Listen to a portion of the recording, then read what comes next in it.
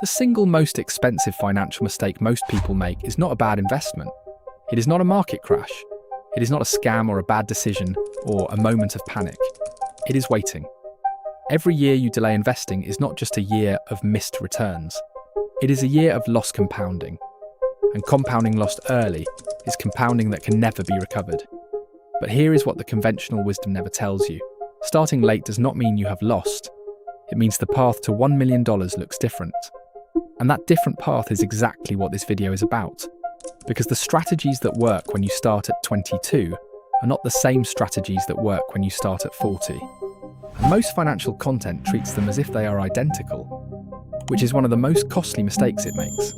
Here is the math that makes starting late feel devastating. And then the math that changes everything. Someone who invests $500 per month starting at 25, earning the historical market average of 10% annually, reaches $1 million at approximately age 57. 32 years. Now take someone who starts the same investment at 40. At $500 per month, they reach $1 million at approximately age 72. 15 extra years of work just from a 15-year delay in starting. That gap is real, and it is painful. But here is the number almost nobody talks about. Increase the monthly contribution from $500 to $1,500 at age 40, and the timeline to $1 million drops to age 62. Increase it to $2,000 per month, and you reach $1 million by 60. The late starter does not have time on their side, but they almost always have something the early starter does not. A higher income, lower fixed costs as kids leave home, and a clearer understanding of what they actually need to retire. Those advantages, deployed correctly, can close the gap that time created. By the end of this video, you will know the exact blueprint for building a $1 million portfolio as a late starter. What to prioritize, what to ignore, and what single lever moves the needle faster than anything else. So make sure to stay until the end, leave a like, and let's start. The first thing the late starter needs to understand is that the game has fundamentally different rules. And playing by the early starter's rulebook is a guaranteed way to fall short. The early starter's advantage is time. They can invest small amounts, be patient through market cycles, and let decades of compounding do the work.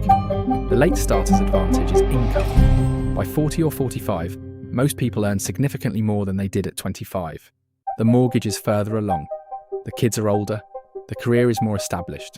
The question is not whether the late starter can reach $1 million. The math shows clearly that they can. The question is whether they are willing to redirect the income they now have toward that goal aggressively enough to make the timeline work. A 44-year-old marketing director earning $110,000 per year after tax had been saving casually for 2 decades. $200 or $300 per month whenever it felt comfortable.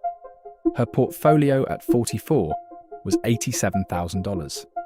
Not nothing, but dramatically behind where she needed to be. When she calculated her FIRE number and mapped her actual timeline, she realised that at her current savings rate, she would reach $1 million at approximately age 74. She made one decision.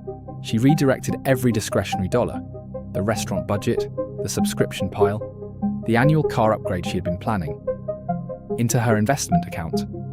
Her monthly contribution went from $300 to $2,100. Her new timeline to $1 million. Age 61. 17 years instead of 30. From one decision about where her existing income was going. Now here is the part of the late starter blueprint that almost no financial content addresses honestly. And it is the most important insight in this entire video. The contribution rate matters more than the investment return when you are starting late. This sounds counterintuitive. Most people who feel behind immediately start looking for higher return investments, riskier stocks, sector bets, crypto. They think the solution to lost time is higher returns. But here is the math that proves otherwise. At a $1,500 monthly contribution, the difference between an 8% annual return and a 12% annual return over 20 years is approximately $180,000. Meaningful, but not transformational. Now take that same person and increase their monthly contribution from $1,500 to $2,500, while keeping the return at 8%. The difference over 20 years is approximately $300,000, $50,000, nearly double the impact of finding 4 extra percentage points of annual return, and without taking on a single dollar of additional risk. The late starter who focuses obsessively on finding higher returning investments is solving the wrong problem. The late starter who focuses obsessively on maximizing their contribution rate is solving the right one. The investment strategy for the late starter is actually simpler than most people expect, and that simplicity is the point. Time is the variable that allows complexity. When you have 30 years, you can afford to hold through volatility, recover from mistakes, and experiment with different approaches. When you have 15 or 20 years, complexity is a liability. Every unnecessary fee, every tax drag, every moment spent researching individual stocks instead of adding to a broad index fund is time and money that the late starter cannot afford to lose. Warren Buffett has said that for most investors, a low-cost S&P 500 index fund will outperform the results of the vast majority of active strategies over any meaningful time period. For the late starter, this is not just good advice, it is the only mathematically sensible approach. A 47-year-old school principal started investing seriously for the first time at 45 with $22,000 in savings. He automated $1,800 per month into a 2-fund portfolio, a total market index fund and an international index fund, and increased the contribution by $100 every 6 months as his salary increased incrementally.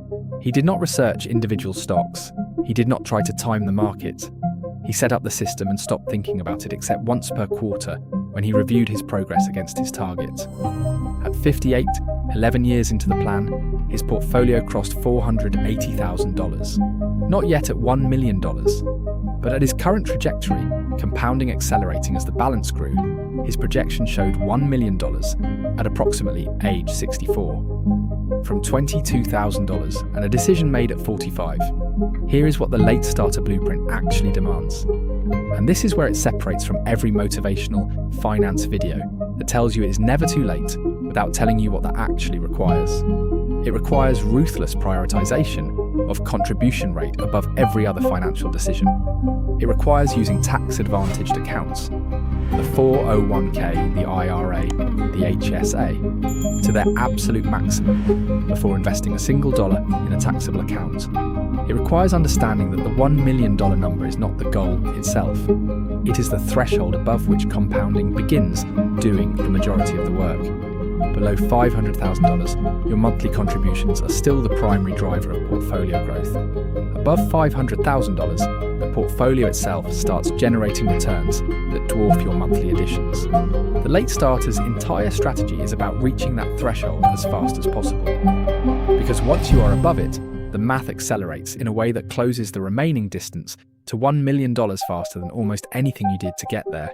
Here is the bigger truth behind everything this video has covered. Starting late is not a verdict. It is a diagnosis. A diagnosis tells you what needs to change. Not that the outcome is fixed. The people who build $1 million portfolios starting in their 40s are not the ones who found a secret strategy or a high-return investment nobody else knew about. They are the ones who stopped treating investing as something they would get serious about eventually and started treating it as the most important financial decision they make every single month. The contribution rate, the consistency, the refusal to let the gap between where they started and where they need to be become a reason to stop instead of a reason to accelerate. You now have the blueprint. The math is clear. The path is specific. The only question is whether you start executing it this month or whether you wait one more year and let one more year of compounding slip by unreplaced. Think about it. If you have made it this far in this video, it means you are not the investor who accepts the conventional timeline. You are the one who wants to know if a different path is actually possible. Subscribe to this channel for more content that shows you exactly what that path looks like in practice, and watch the next video on screen.